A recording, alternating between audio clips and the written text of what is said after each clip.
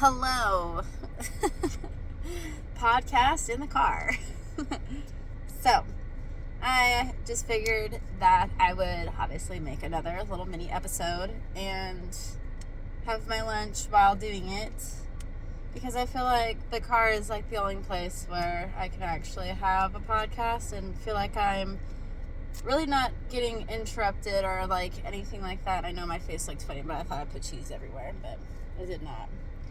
So anyways, I am in the weird, odd stage of trying to get into a routine, and the weather is still not wanting to like fully work with me.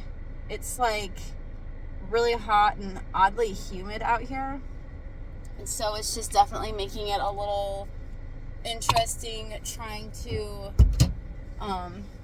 get into a habit again and routine. Lunging horses suck. The mosquitoes are just so bad, so it's just making getting back into this routine a little on the like frustrating side. Okay, like I'm not gonna lie. I do have plans to get lessons. I know that sounds so funny, but I have not been like fully in like competition mode in a like at least 10 years. So I am asking one of my friends that I did college rodeo with. She lives probably like 30 minutes from me, area range. And I'm gonna see like probably it's probably gonna be like November, end of October or something like that. And I'm gonna get lessons from her. Still don't have a saddle, but you know what, honestly, I'm not letting anything stop me. Okay, I'm gonna keep moving forward with what I have, and I'm a good enough rider to where I can do just about anything bareback for the most part with what I got. Like, I'm not trying to race or run or do anything stupid or whatever. I'm just trying to keep my horse moving forward until I'm able to get the proper equipment for me to actually move forward. So I don't know when I'm going to be going to an arena to ride and actually get her out. I just know that if I have any neighbors that have stuff going on, I'm going to try to go to their house. For the most part, I'll just be at my house. I won't be going on any trail rides or anything like that because, I can't really do that. I don't really trust her that much. Like, I do. Like, it's a solid 50-50, but she still wants to, like, suck out from underneath you every now and then. So, it's just going to be fun. So, that's what I have planned. I just want to say, like, I don't think it matters what age you are. Lessons, you can get lessons at any time. I feel like that's kind of probably going to be the talk of this podcast, is getting lessons from people.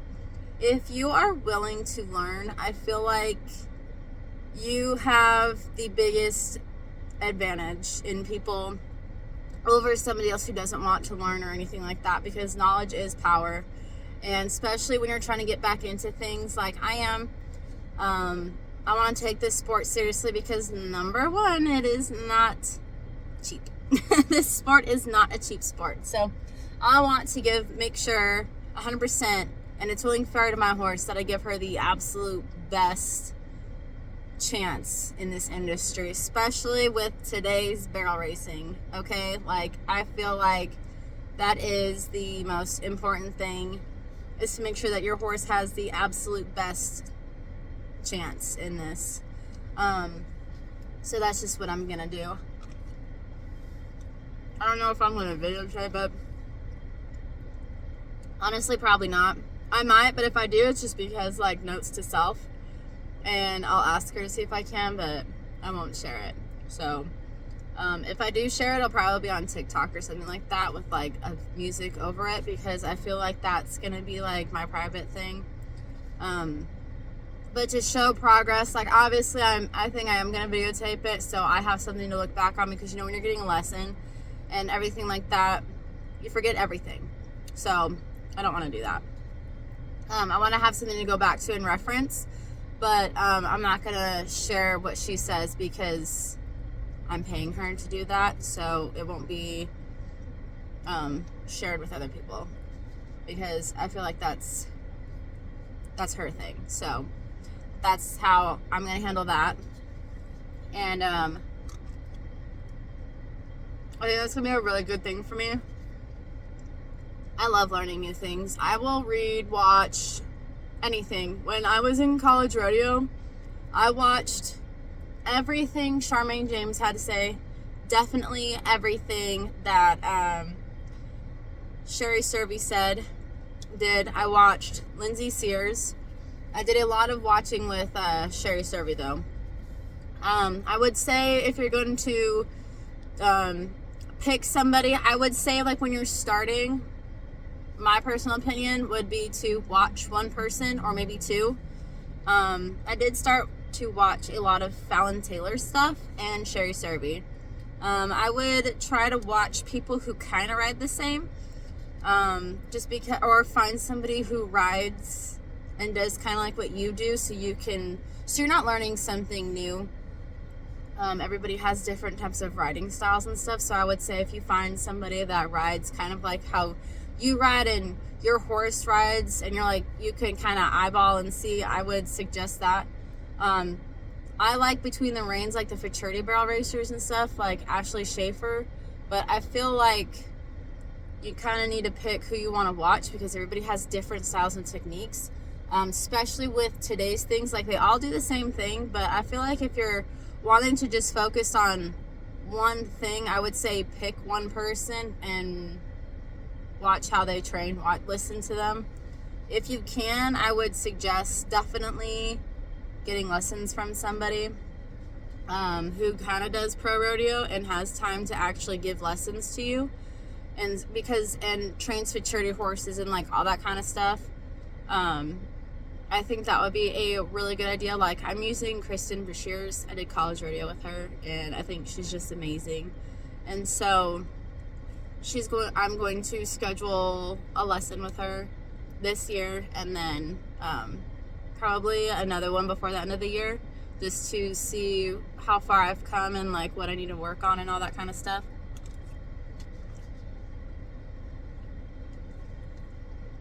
So that's kind of like where I'm at with that whole thing. I know I'm eating funny, but I don't really care. So yeah, because I just want to make sure that obviously everything has changed, and so I want to make sure I'm up to date on today's trends, today's riding habits, today's everything, like what's new, what's popping. Like, I want to be current on everything. Like, I know things haven't changed yet. You're going around 3 barrels. I totally get that, but the way of training and all that kind of stuff has changed to where you can really just do certain different things, I feel like, and it'll speed up the process. I'm not trying to like rush through anything, but like, I want to kind of push my horse and see what she knows and see what I need to focus on and what I don't need to focus on, because I can't see me. Even though I videotape me sometimes, I can't point out the stuff.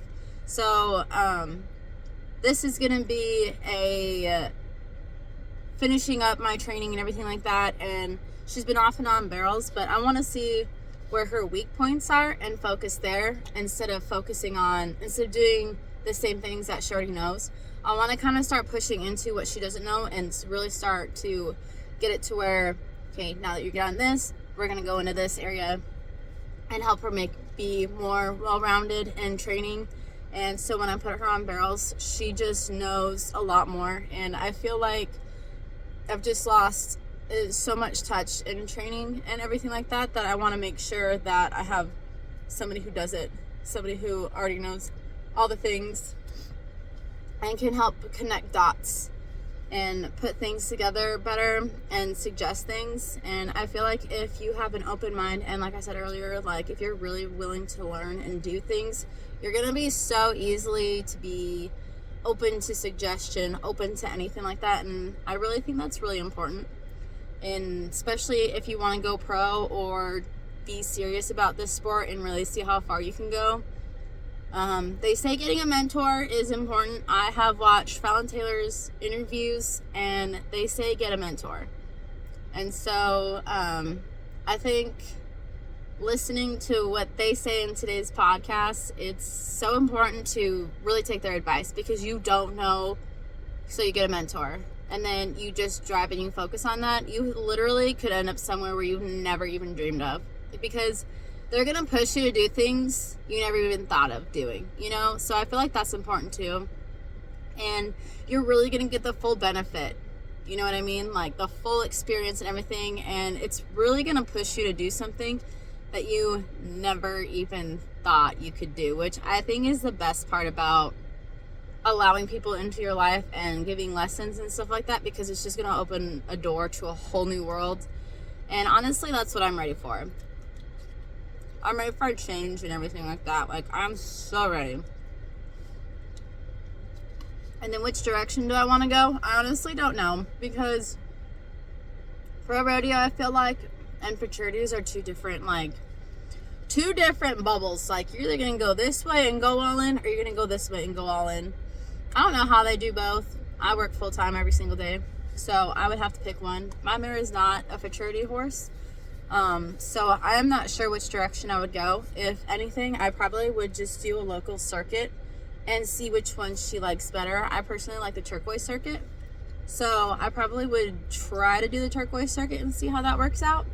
But I might just do the big open jackpots, like go to Vegas and do the super show and like all that kind of stuff too. So that might be an option, but it would just literally depend on where I'm at and how things are going with my mare. So that's like my setup for the rest of the year.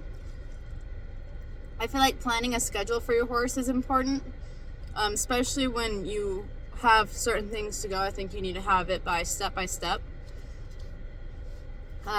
It can be a hobby, or you can take it seriously. Haley Kindle sayings that I watched her on another podcast, and it's Let's Freaking Rodeo, and her interview on there and just how she talked and everything like that, she was so serious on it. And like, seriously, she treated the hobby as a business, and look where she ended up.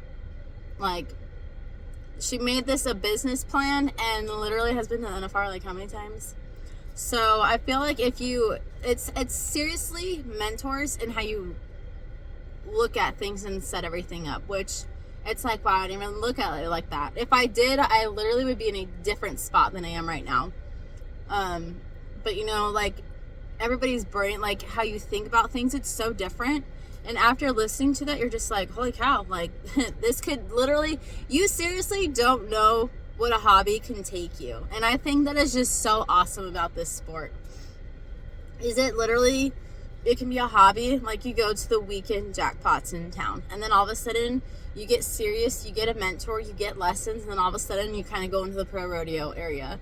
And then you get sponsors and all this stuff, and you meet different people, and your bubble changes, and your circle changes, and the way you think and everything changes. You're in a different bubble. Like, that's amazing. You started a hometown jackpot, now you're doing pro rodeo.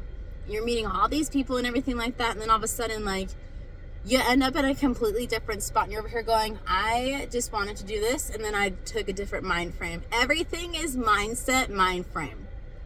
Okay, once you allow yourself to be open-minded about things, getting lessons, like seriously, just the places you go, like change of mind frame, change scenery, and then you end up way over here.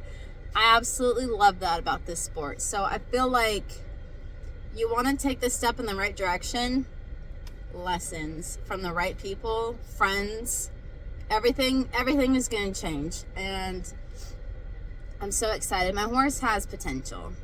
I'm just going to go ahead and say that. I'm biased, but this is the only horse that I've had I have not shown on, and she's just going to be flat, pure barrel horse only. Like, she's not my Western Pleasure horse. I don't show her reining or anything like that. Like, just strictly rodeo.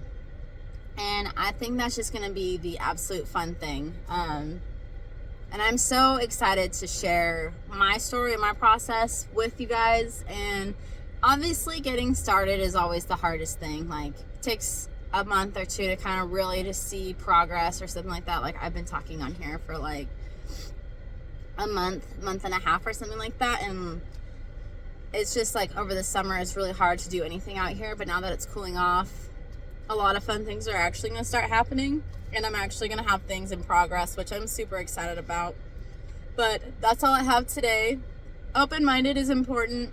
Looking for lessons, even if you think you don't need it, you literally don't, like, you just never know where it can take you, or you could be doing something wrong that you feel is right and it's completely wrong. Like, it doesn't even matter. Seriously, there's nothing wrong with getting lessons. There's nothing wrong with having somebody, a mentor. There's nothing wrong with somebody who's like in a different bracket than you to look at your runs, to be like, tell me what I'm doing wrong.